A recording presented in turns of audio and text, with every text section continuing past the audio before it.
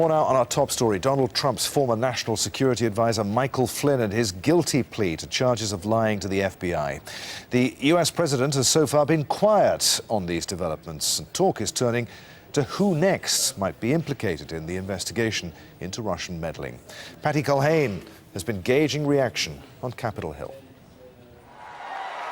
General Michael Flynn was a very visible part of Trump's campaign for president, one of his earliest and closest advisors. His job often, go after Hillary Clinton. Lock her up, that's right. That chant came back to haunt him Friday. Lock him up! Lock him up!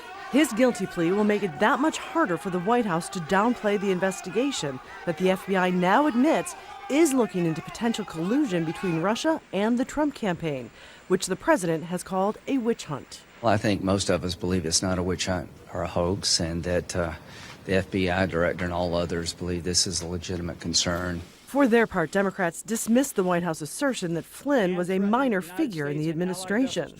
Hard to distance yourself from one of the most visible of your campaign surrogates and your national security advisor. We want to wish everybody a Merry Christmas. On Thursday night, Trump seemed to bask in the spotlight, lighting the national Christmas tree.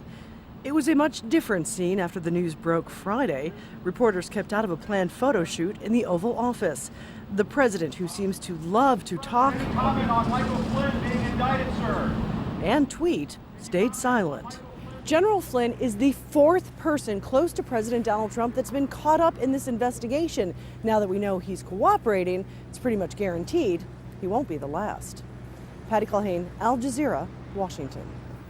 Let's get a view now from Jeff Hauser, Executive Director of the Revolving Door Project at the Center for Economic and Policy Research. He joins us live from Washington. Good to have you with us, Jeff. What do you make of this? Does this get the investigation any closer to proving that there was collusion? It gets us very far into the White House. The National Security Advisor is arguably the most important official in the U.S. government on foreign policy. The Secretary of State may be more forward-looking in terms of talking to other countries, but the National Security Advisor runs your foreign policy practice. And I think it's clear that Special Counsel Mueller has not revealed all that General Flynn has revealed to him. And I think it's very clear that we're going to learn a lot more about the Trump campaign and the early days of the Trump presidency very soon. And I think we're going to learn that there was a conspiracy in both the election and in the aftermath of the election. What's Flynn supposed to have done wrong here? I mean, for an international audience, perhaps you'd explain it to us. What's wrong with talking to a foreign entity, if you're part of the transition team that's due to take power in a matter of weeks, and saying to that foreign entity, well, hang on a minute, policy might change when we get into power in a few weeks? So there are two questions here. One is it wrong in and of itself to have those conversations? And it is in violation of a very rarely, perhaps never enforced law to have those conversations themselves. But it is clear that it is illegal to lie to the FBI, the Federal Bureau of Investigation, about conversations. It's illegal to lie to the Federal Bureau of Investigation about the color of the shirt you're wearing. So of course it is the topic of the conversation is not the question here. It is, did he lie to the Federal Bureau of Investigation? And he has admitted that he has done so.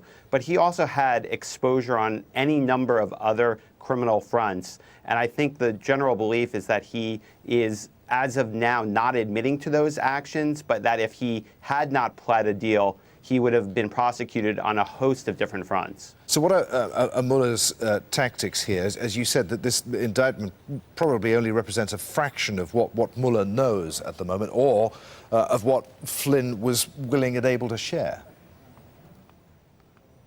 I think Special Counsel Mueller wants to get as many people to cooperate with him as possible. General Flynn is the second official from the Trump campaign to make a deal with Mueller. And so far, Mueller's terms have been very generous. And that sends a message to people who have potential criminal liability that if you make a deal with Mueller, he will treat you very well. The general view is that if you do not make a deal with Mueller, he is serious, he is talented, he has a good team, and he will go after you and he will find you. So he is trying to create a race to cooperate with him by the various members of the Trump campaign who have knowledge of criminal activity. Jeff, where does all of this end? I think this is, there's a pretty good chance that this ends in impeachment. 45 years ago, the Nixon campaign broke into a hotel to examine some pretty unimportant files at the Democratic National Committee. And that process, in an election that they won by more than 20 points, led 2 years later to the impeachment of Richard Nixon. I think we're probably en route to something very similar in 2018 or 2019.